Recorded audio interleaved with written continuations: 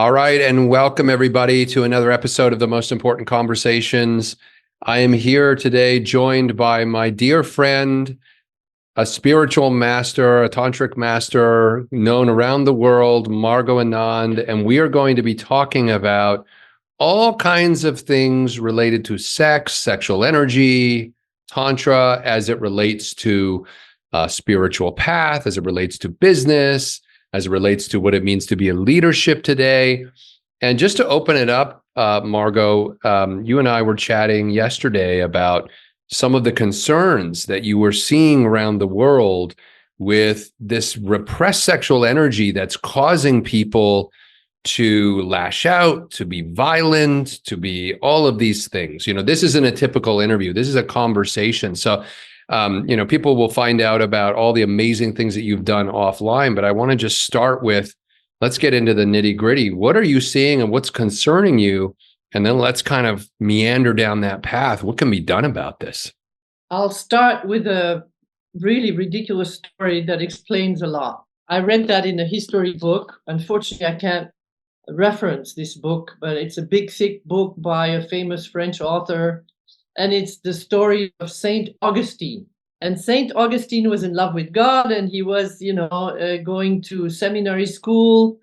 And he was bothered by saying his raging hormones. And so every morning he woke up with a hard-on and he had to masturbate and liberate himself. And then he felt very, very guilty because, he was in love with God and that's not what you're supposed to do. And was a bit like someone trying to get on a diet and not managing to avoid chocolate kind of thing. And so every day he decided, okay, this is the last time, I'm going to control this. My mind is going to take over, blah, blah, blah.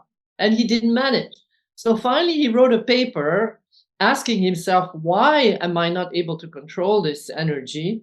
And he came up with the idea of the original sin.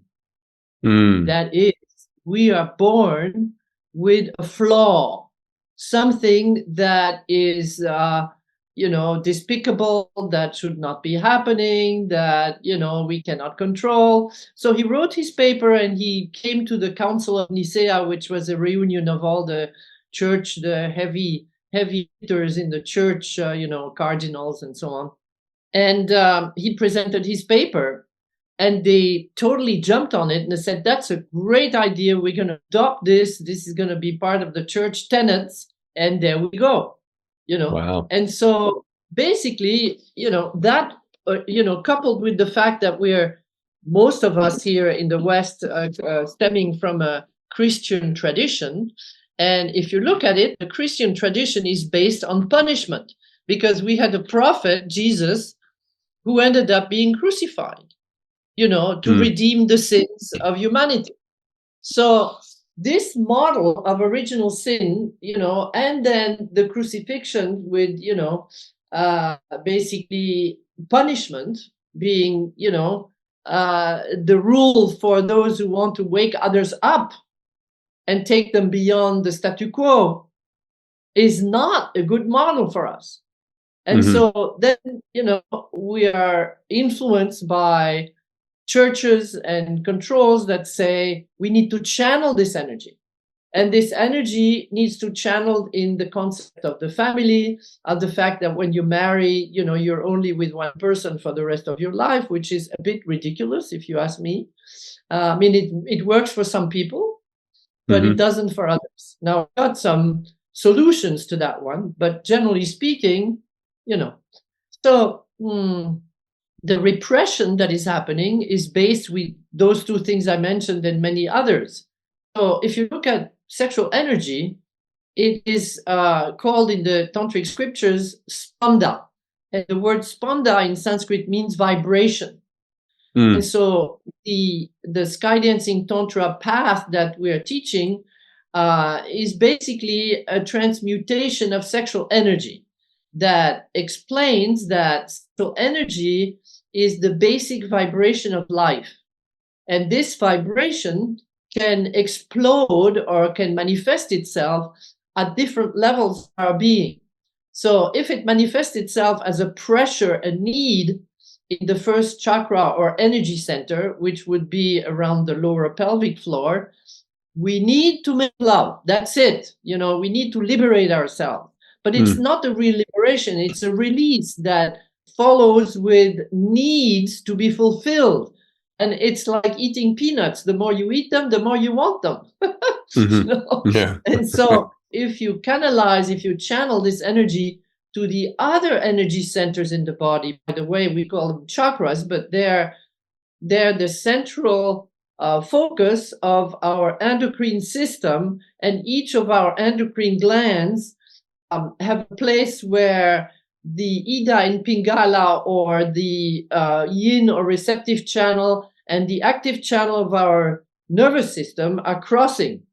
And so at each of these places, centers, chakra, wheels, however you want to call them, the energy is changed. The vibration of the energy is changed. It's as if you were using a different musical instrument.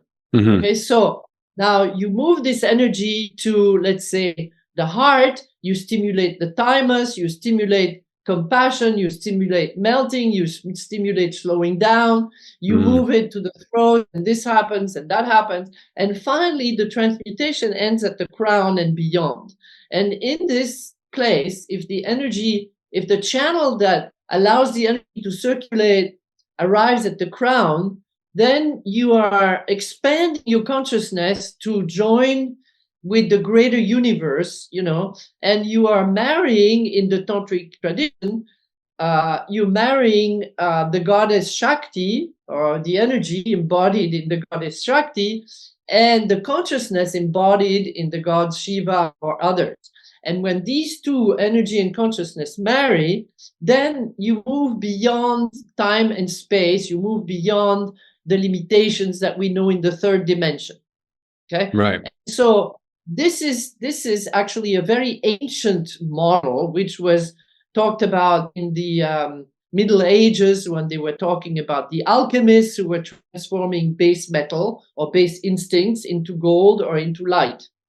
And so this transmutation allows people, when they master it, to be controlling, or to be channeling, or to be holding in themselves the power of this life force that is sometimes leading them, because it's repressed, to unnameable acts of abuse on other human beings that are becoming their instruments of egoistic pleasure, whether it's pedophile or, you can't open the papers without having an abuse, mentioned, 3 times every day. So the question is, what is the healthy way of honoring this energy for what it is, recognizing that it's there, cultivating it, and channeling it in a way that it can generate what is very important, not enlightenment, the way the Buddhists and others talk about it, although the Buddhists don't talk about enlightenment, but not that. What I call it, stabilized contentment. In other words, you've had a chance to touch the source of who you are. The source of who you are is a marriage between your energy and your consciousness, which usually produces at some point, if you're lucky, either a state of grace, which is a revelation to something, or a question, or something you were asking, or something you were exploring, or it produces light. The very strong vibrations of these two produce light. So you go into that space, you've touched the source, you're in a source of being, and you end up in a stabilized contentment. And the stabilized contentment is something that, in my estimation, every business person who is leading important projects in the world should be a master of. Because if someone is sexually frustrated, didn't get what they want because they come home exhausted, and their wife has been waiting for them because she wants, to have an intimate moment, and they're too exhausted to be turned on by this idea, then they don't have harmony, in their marriage. Then they start to be frustrated. Then they have to go somewhere else. I think the French are the ones who mastered it much better than the Americans, because the French, and I know because my partner is one of these people, at some point he married, and he had a mistress that he went to visit often. from 5 to 7. That was the time for his meeting. So he had a good time, and then he came home very happy, very together, and was a very nice father and husband with his family. So Kennedy Senior was also practicing these things. And to be honest, most of our presidents in France are very much practicing this, and it's an accepted point in our culture, which is totally not accepted in the American culture, which is a bit more puritanical.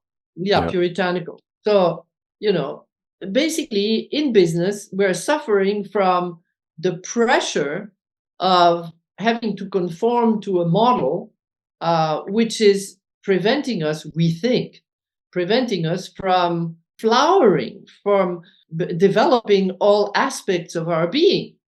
And so maybe Google understood it when giving people 2 days free so they can be creative in whichever way they want. I think it's a great, that's almost another version of that. Yeah. I mean, what you're talking about is what I would call, there's an overarching societal disassociation from a vital element of the human experience. Thank you, St. Augustine, for telling us it's original sin and therefore it needs to be rejected and shuttered and put into the basement. Jung did a lot of work to try to reveal the shadow side of ourselves.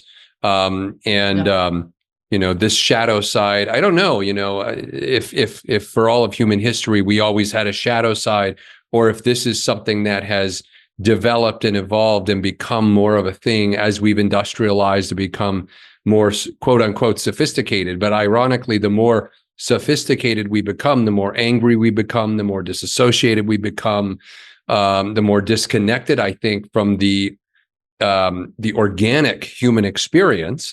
And sexuality is an organic human experience, and it is the energy that creates all things. And so it's not just about sex and the sexual act. If you're a business person, if you're an artist, if you're any human connected to their creativity, what I always talk about with people is that the essence of being human is as a creator. I can even, for those who are biblically, constrained, I would call it a constraint because I do believe it's a constraint of sorts.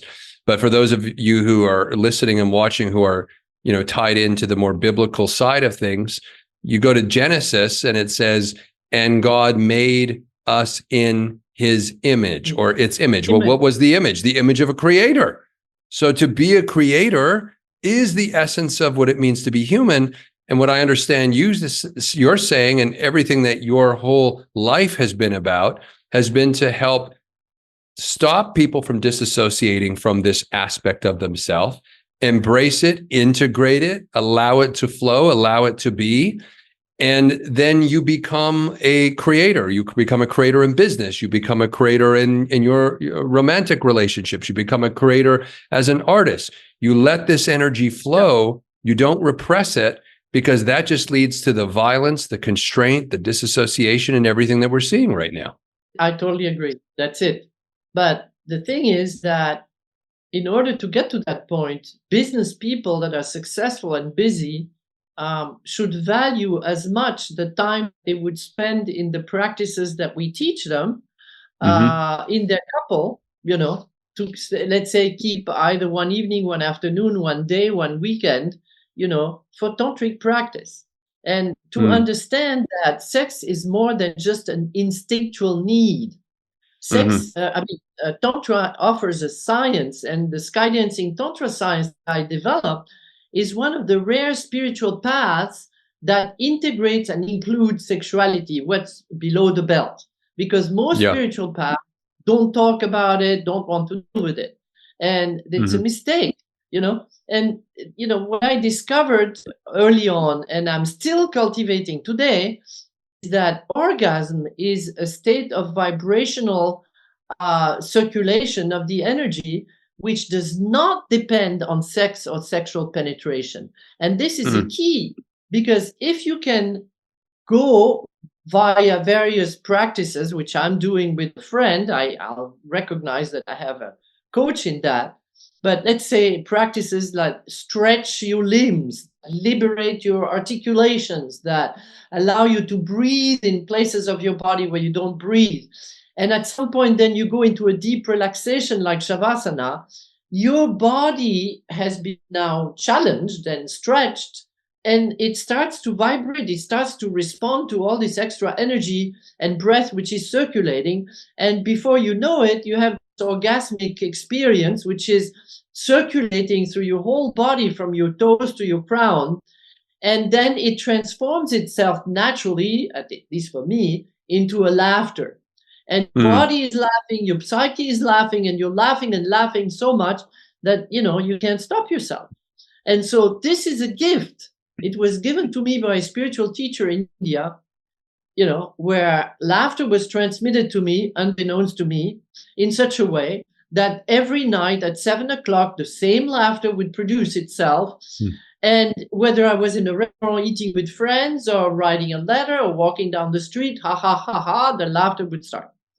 And so laughter is something where you are opening your heart, because you're dissociating with the object of your laughter, and you're looking at it like it's something to be, laughed at in the sense of appreciated, of, looked upon as a lila, the play of the gods. Yeah. So this cultivation, which I have processes in my Sky Dancing Tantra process, this cultivation of this vibration, this channeling of this energy through the energy centers is vital. And we even have people who train with me who are now in Brussels to welcome the people that are going to be part of the European Parliament that are sent by all the countries that are part of Europe.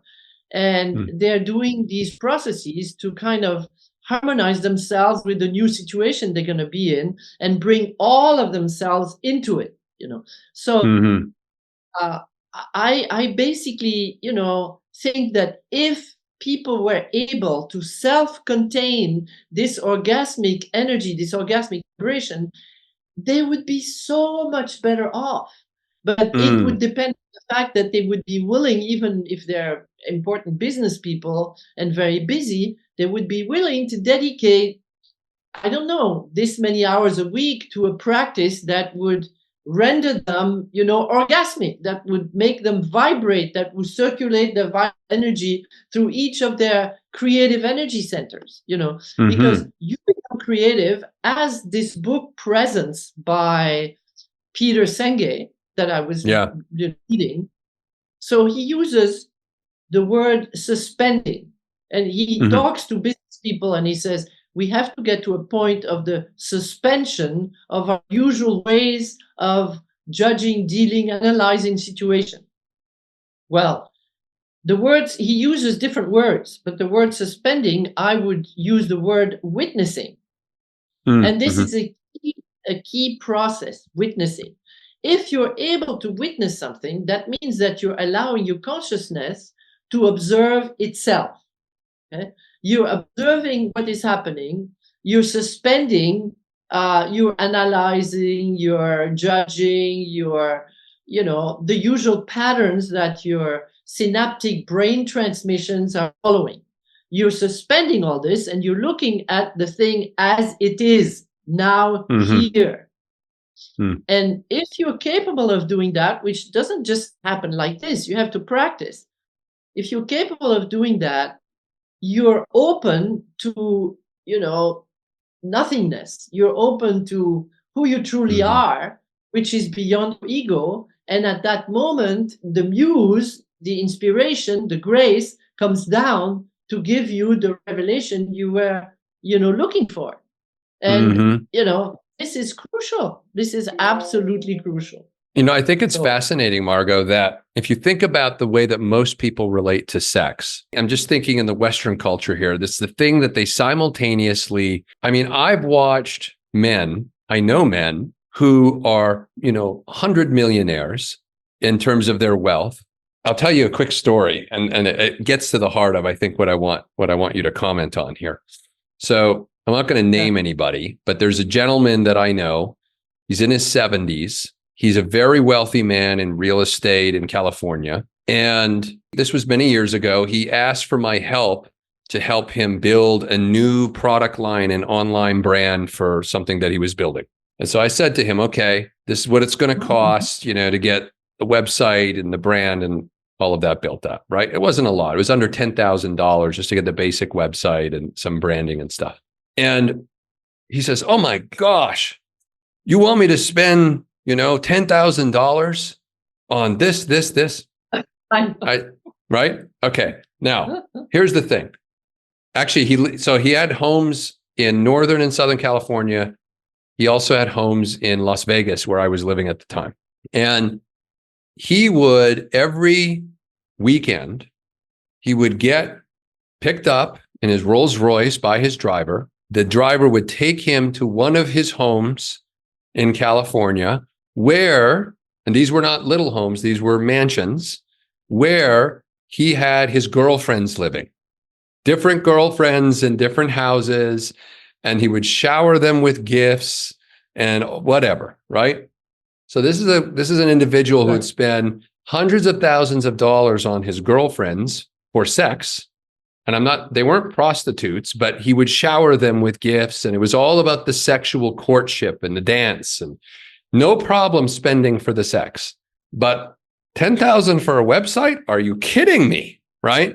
So what am I saying by this? We live in a culture where sex is so repressed, and yet privately, in the shadows, we will spend whatever we have. We will give everything to get access to it because it's so repressed, right? Yeah. And so there's this weird conundrum that's set up in the West where we're not supposed to talk about this.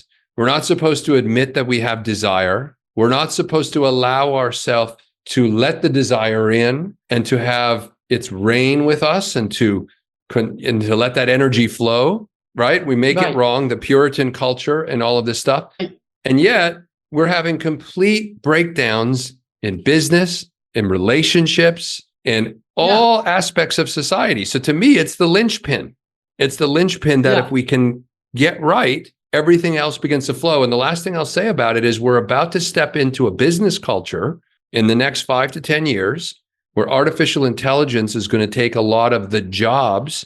What I hear when people say that is it's going to take people's identity, because in the West, we have basically identified with what we do. You ask somebody, you meet someone and the first thing people say is, what do you do? They don't ask who you are. They don't ask any of the deeper, it's just, what do you do? So the doing part of the being nature is going to be taken away, and we're going to be left with what? Who are we as human beings? Who we are as creators? Who we are as...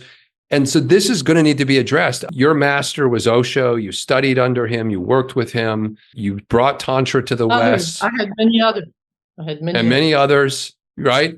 So you've been at this a long time. And what I want to say is that right now is your moment in the sun, so to speak, because if there's anyone who can bring this wisdom to the world, it's you. And right now is the moment when we need it, when the identity of business executives, leaders in the West, et cetera, is about to be eclipsed by artificial intelligence and technology. They don't know who they are, even though they've been suppressing this side of themselves for years and spending all kinds of money and all kinds of time to get it, but don't tell anybody about it. It's this schizophrenic way of living that has to come to an end. So I've said a lot there. I want you to just opine on what stands out for you.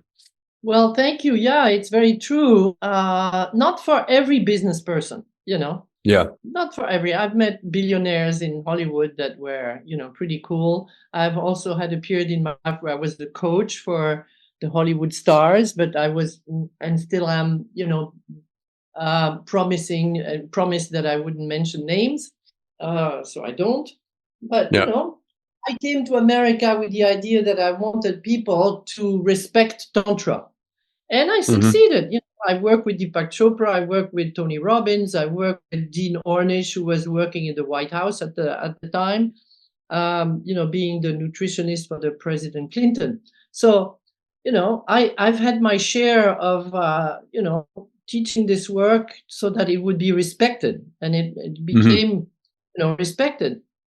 But what to say. I mean, we in France, I'm French, and we in France, we think that if a president has a lot of sex, good for him. It'll make him a better leader.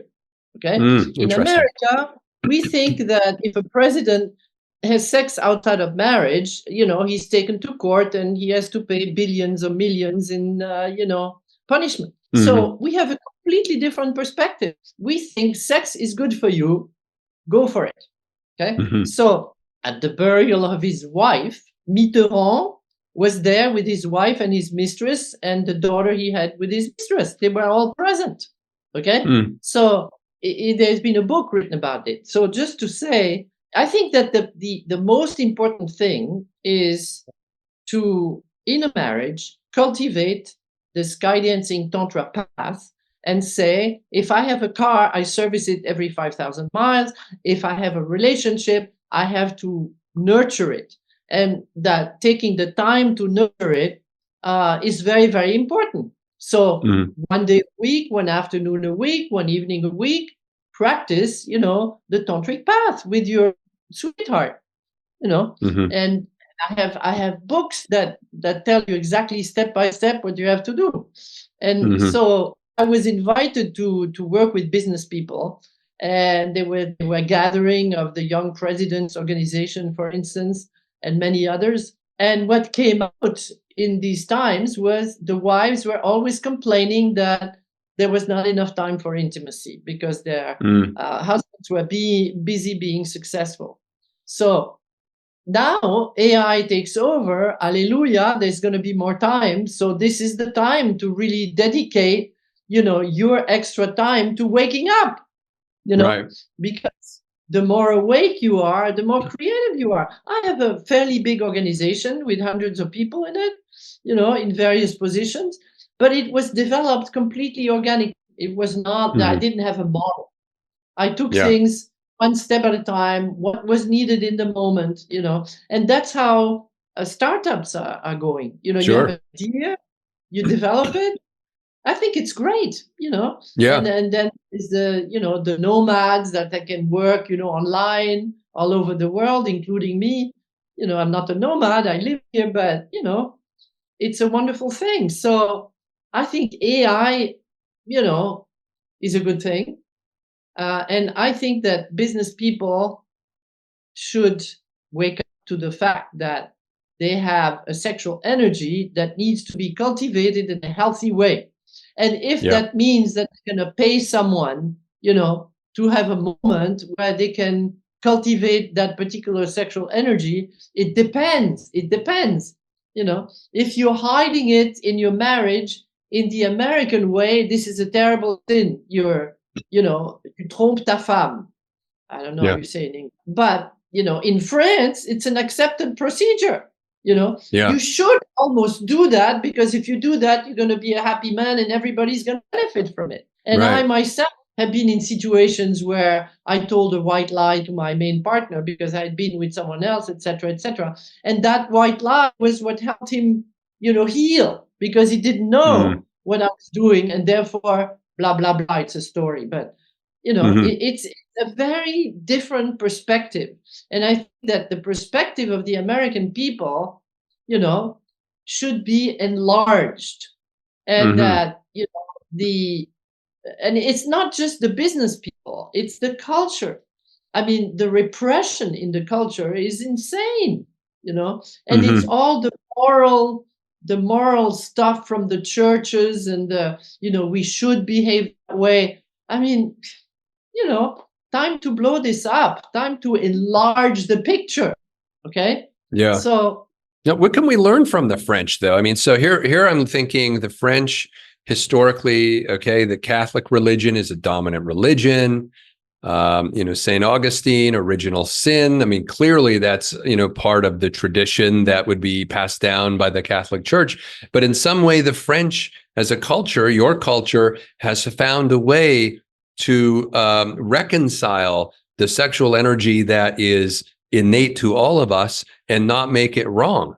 And, they much more liberal society, a much more liberated society than many societies around the world. Yeah, I think that it has to do with historically the way that, the French governments and history developed, because, you had centuries and centuries of kingdoms in Europe, and particularly in France, where the kings were perfectly allowed to have as many mistresses as they wanted, and it's considered an honor if you as a married man allowed your wife to be the mistress of the king, because then in return you received all sorts of presents, you received land, you received, special treatments. I'm not saying it's good or bad, morally speaking, but I'm saying that, to answer your question, accepting that it was important for a leader to have mistresses was, part of life. So that became an accepted model. And there was even a bestseller written a few years ago with two journalists who went to interview all the prime ministers and the presidents of France, generations back, and asked them about their love life. And they happily revealed that, yes, they had a mistress, and yes, their wives knew about it, and yes, it was okay. And, so I'm saying it's not just the release that you get from the sex. Unfortunately, it usually stops there in people's consideration.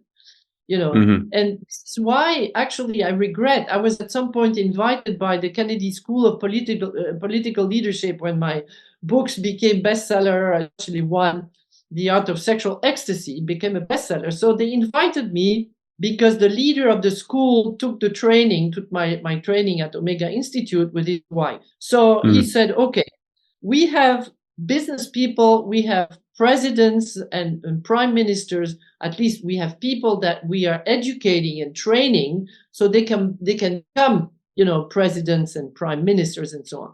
And we noticed that when these people go on the balcony, they get the applause and the adoration and the support of the crowds, of the people, say, yeah, you're doing great and so on. Then for them, it's like an energy orgasm. They get all this energy, they get vibrant with it, they get happy with it. And then they step away from the balcony, and you have the Monica Lewinsky of this world that are waiting for them, that are wanting to be, part of this wonderful energy, this orgasmic energy. And they have to put this energy somewhere because they don't know how to channel it. They don't know what to do with it. So they go and have an affair, which in France be okay, and in America is totally not okay. Right. So, well, the reality is this is going on in the United States. It's just kept very quiet. I mean, it goes on all around the world, right? The thing is, it sounds like in France, they're just not playing games with it. They're saying this is a natural part of the human experience. So we're not going to play games with it and make it wrong. We're just going to accept it. This is the way that this goes down. And in the United States, it's very hidden. But there is one thing, though, in this story of the leader on the balcony coming back, etc. Yeah.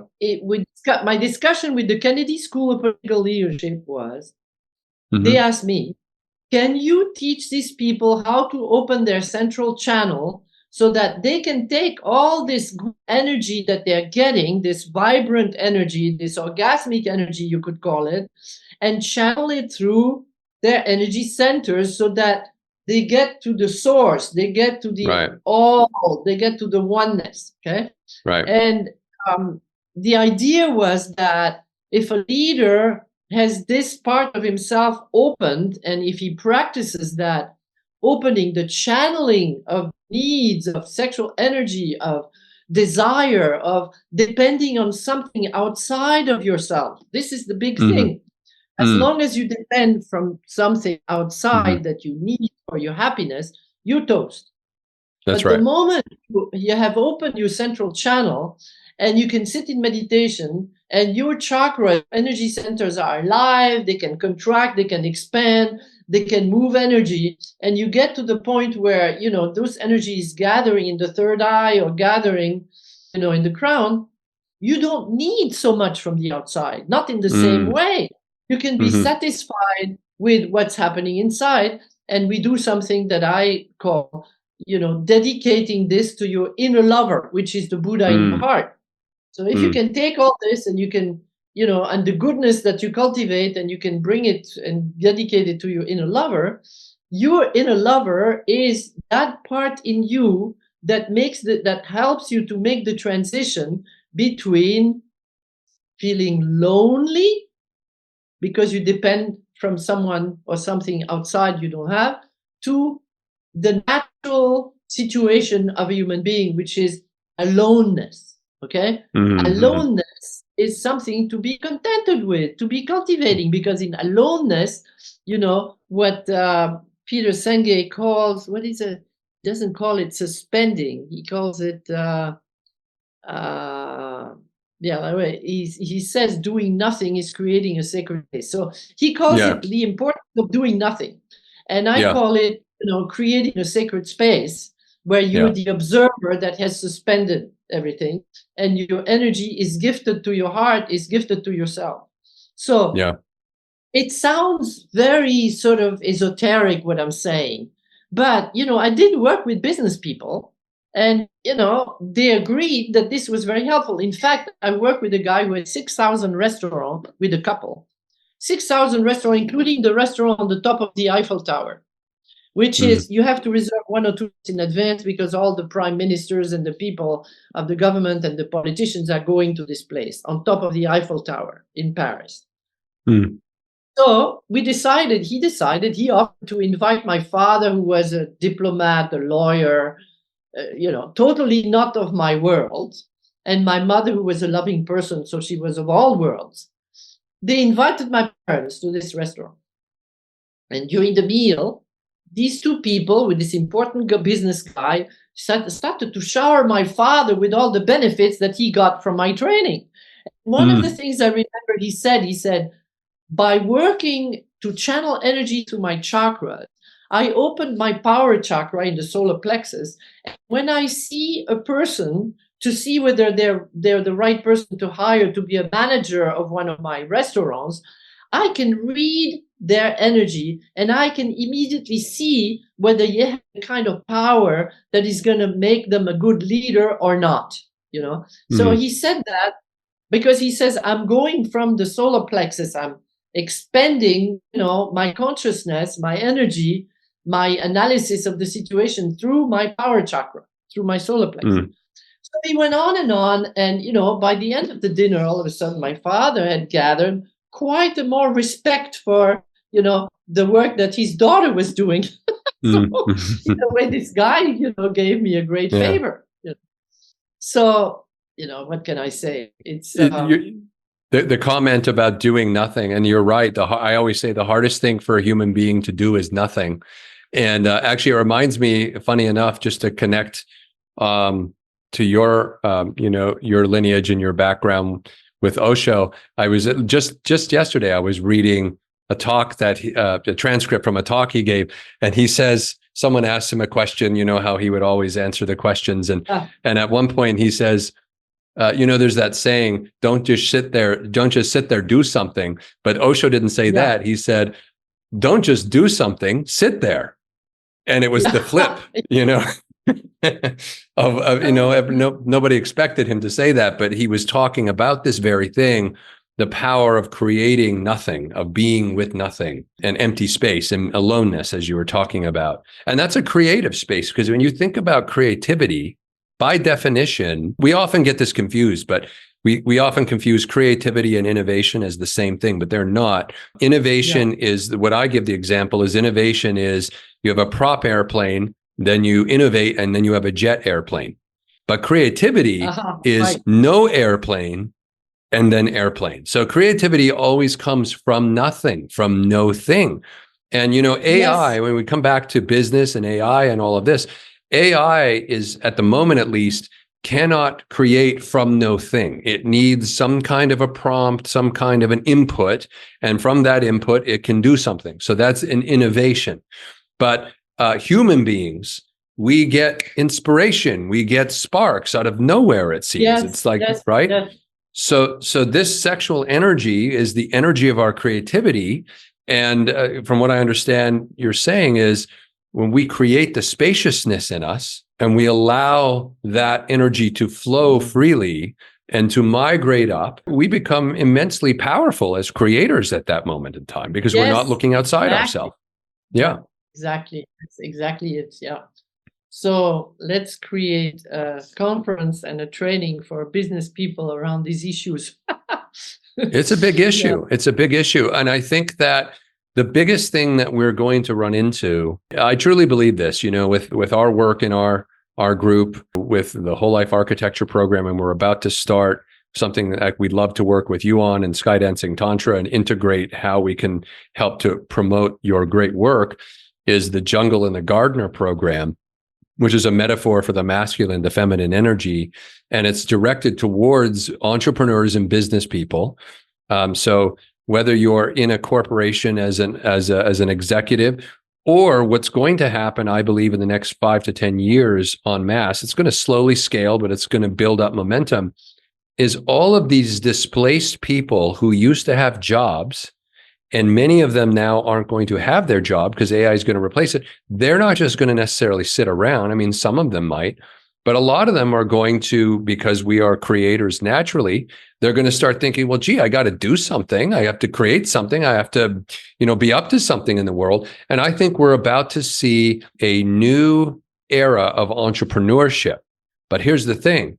For those entrepreneurs to be able to be as creative, as effective, and as powerful as possible, they need to do the work you're talking about. They have to allow the sexual energy to actually flow through their body. So I think there's a great timing and opportunity for all this. Yeah, I agree. It would be great if somehow that idea could go through. Now, I want to try, I don't know, I don't want to lose you, but I want to go to my email because I had a conversation with the leader, the German leader. He's the vice president of University of Applied Science in Germany, and he's also the leader of the Skydancing Tantra Institute.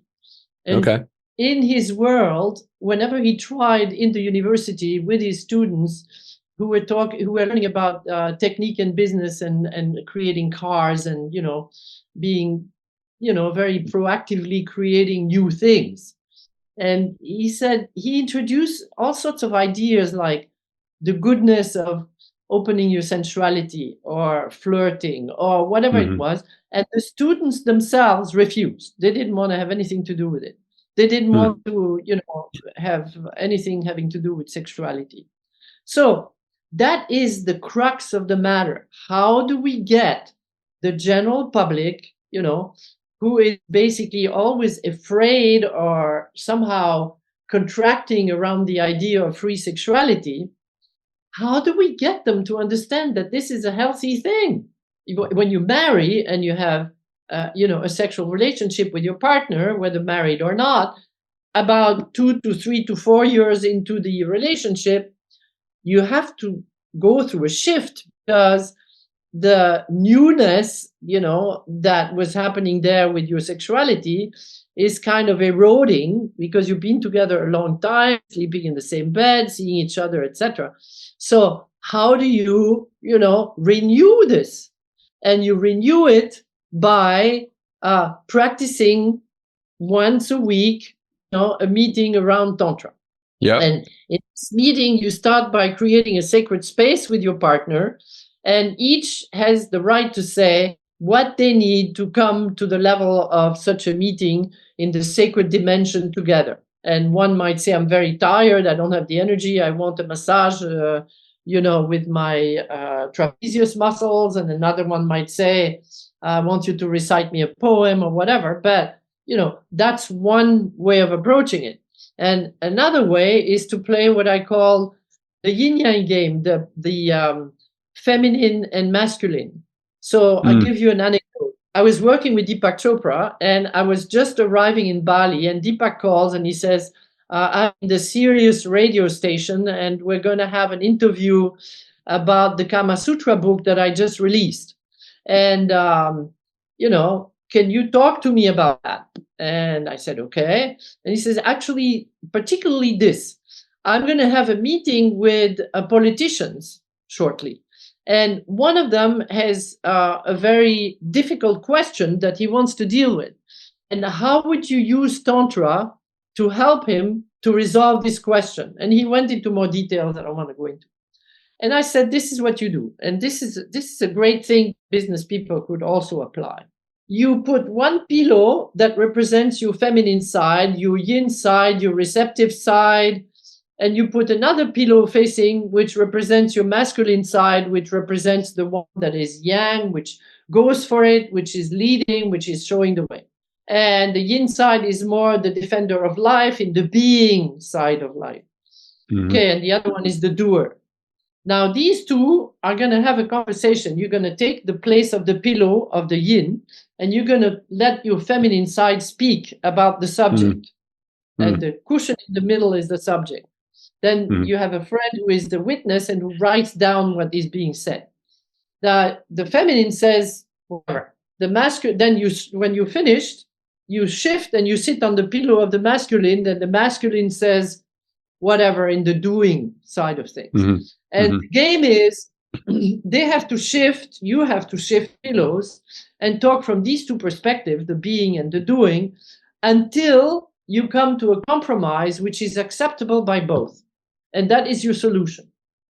So I said that to Deepak, and Deepak, said, thank you very much. And apparently he applied it, and apparently it was successful. I don't know the detail, but, there's so many ways you can play with these things, and how do we deal with the repression of sexuality in the world?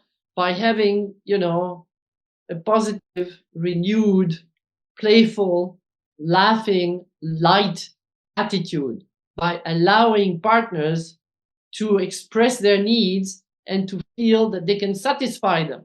If you want to be a sophisticated lover and you want to be the one to satisfy the needs of your partner, then you have to learn the science of love, Yeah. And in the old days, the kings trained priestesses and priests to be, from 5 years old on, to be learning the arts of Tantra and the arts of love. And when visiting royalty was coming to their kingdom, they sent, the pillow companion to them, was greatly trained in the arts of love, and in so being, pleased the royal so heavily and so lightly and so much that they could draw out all the secrets from these leaders and report them to the king. So, I'm not saying that this is necessarily a proper manipulation, but I'm saying that the science of love is something that everybody should master, because it'll give them power, I couldn't agree more. And you asked the question, how do we make this acceptable and not so taboo, especially for, American executives and leaders and people? And we know it's not all of them. As a matter of fact, I know that there's many executives in corporate America who are, in their own private time, doing a lot of the more esoteric work on the nature of their being and stuff. They just don't talk about it publicly because, it's so taboo because of the Puritan culture. But I actually want to share something with you that might be an access point for us to help persuade people to start to lean into this a little bit. So I'm going to show a book here. I'm not going to tell you what book it is, but look at the title of this, The Transmutation, of Sexual... Mystery of Sex Transmutation. Okay. You know what this book is? Yeah. Right? So this book this is a chapter, it's 30 pages in a chapter of one of the most famous business books that every corporate executive, I'm going to go out on a limb here and say that every corporate executive in America and around the world has probably read. All right. But for whatever reason, I think they ignored this chapter. This is right out of Think and Grow Rich, Napoleon Hill's book. Okay. He's got an entire chapter on the importance of sex transmutation and sexual energy. This book was written in, I don't know, the 40s or the 50s or something like this. It's been around a while. Yeah.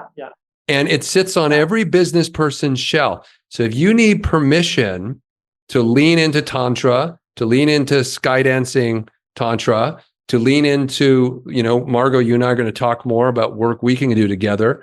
You already have permission by one of the best and most famous business books that's ever been written. And I was shocked, because this was written in a more, well, I don't know if it's more conservative. We tend to be leaning into a bit of a conservative age right now. This was conservative back then when this book was written. Right. And he goes on to talk about, Henry Ford and Thomas Edison and all these people that he interviewed. And one thing he said, every single one of them, everyone he ever interviewed who were either billionaires or the equivalent of billionaires today, had enormous sex drives, enormous sexual energy, and they all learned to master their sexual energy. So if any people are listening, whether you're a starting entrepreneur, or you're an established executive, and you're like, what does sex have to do with business? I don't know. Ask Napoleon Hill. I think he would know a thing or two about that.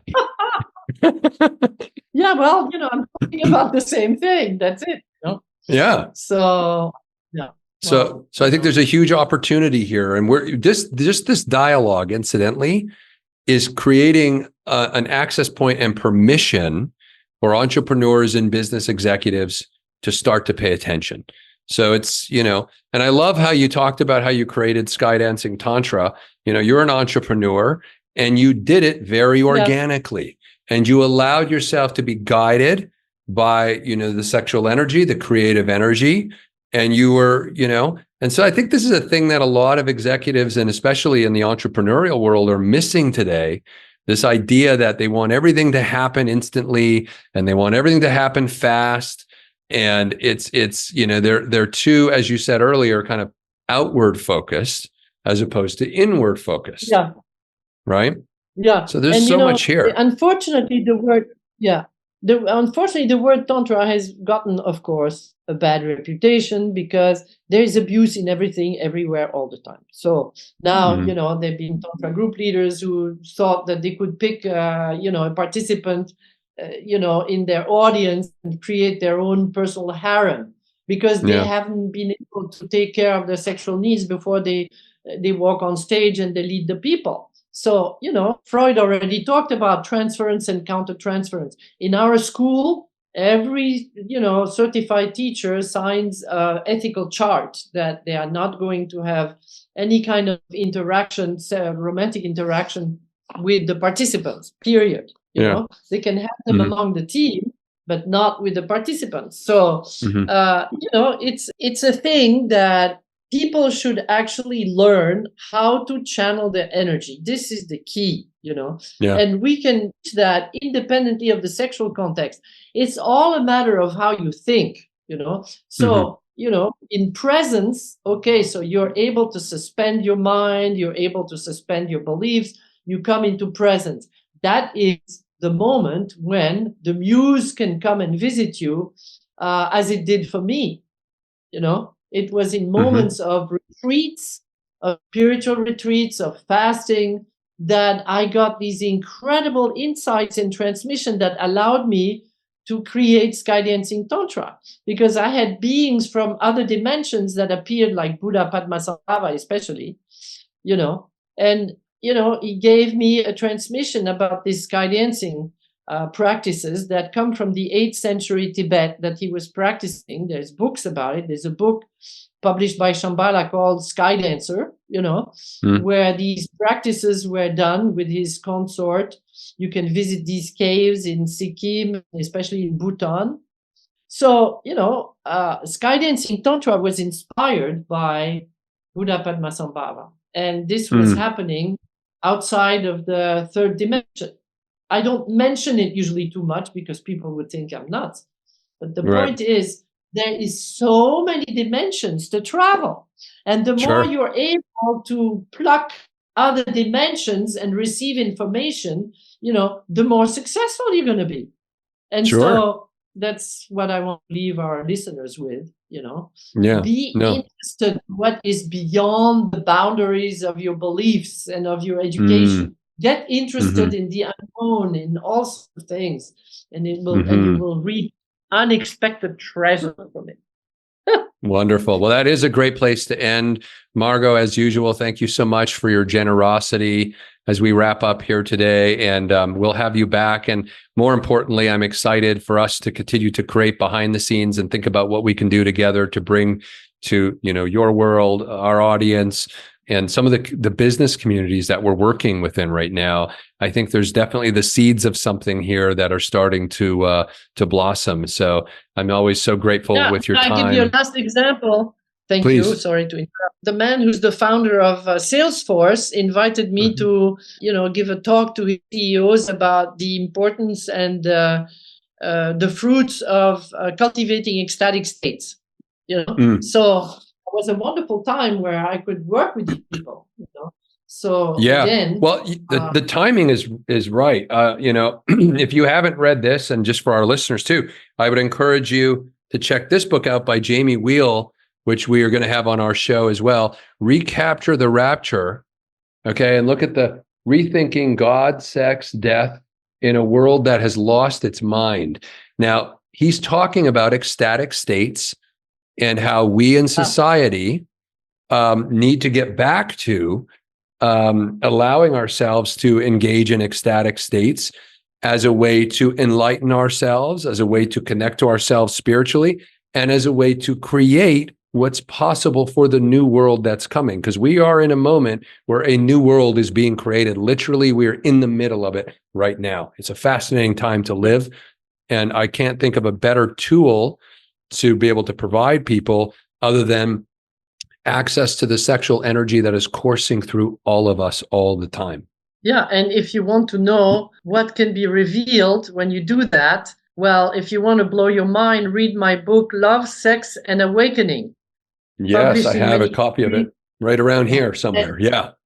So in this, you will read the adventures and outcome of many different initiations in Tantra that I received around the world. And and it shows you how you can expand your dimensions and your ways of thinking. And it shows also in one of the chapters about the abuse that is happening in the milieu. And it shows about what happens when you wake up. So anyway, Love, Sex, and Awakening is a good book to read. It's a great book to read. Actually, I've read it 3 times, just so everyone knows. Wow. I've read it 3 times. And no joke, I took it 2 years ago, read it in Hawaii. I read it so fast, one of the fastest books I ever read, because I literally couldn't put it down. I was fascinated with it. And then I read it again, and then I read it again. And so, yeah, I mean, there's actually, what we're going to do is, obviously we're going to put a link in this podcast episode to your website, to your books and all that kind of stuff. But I think there's some enormous resources that we want to bring to the business community for them to start, even privately, just acclimating themselves to this dialogue and this conversation so that they can start to enter it, and I think your book is a fabulous resource. Wonderful. That's a great mission. Let's do it. Okay, everyone. Thank you for joining myself, Margot Anand. It's been great to have you. And we'll see you on the next episode of The Most Important Conversations. That concludes this episode of The Most Important Conversations. This in-depth conversation could set you on the path to self-improvement, which is essential if you want to be an effective leader and take meaningful action in your life. If you enjoyed this episode and want more of these stimulating discussions, you can find them at TMICglobal.com. Remember, the world is at a crossroads right now. You can't afford to waste this opportunity to take charge of your life, build meaningful relationships with others, and co-create a brighter tomorrow. Thank you for listening. See you on the next one.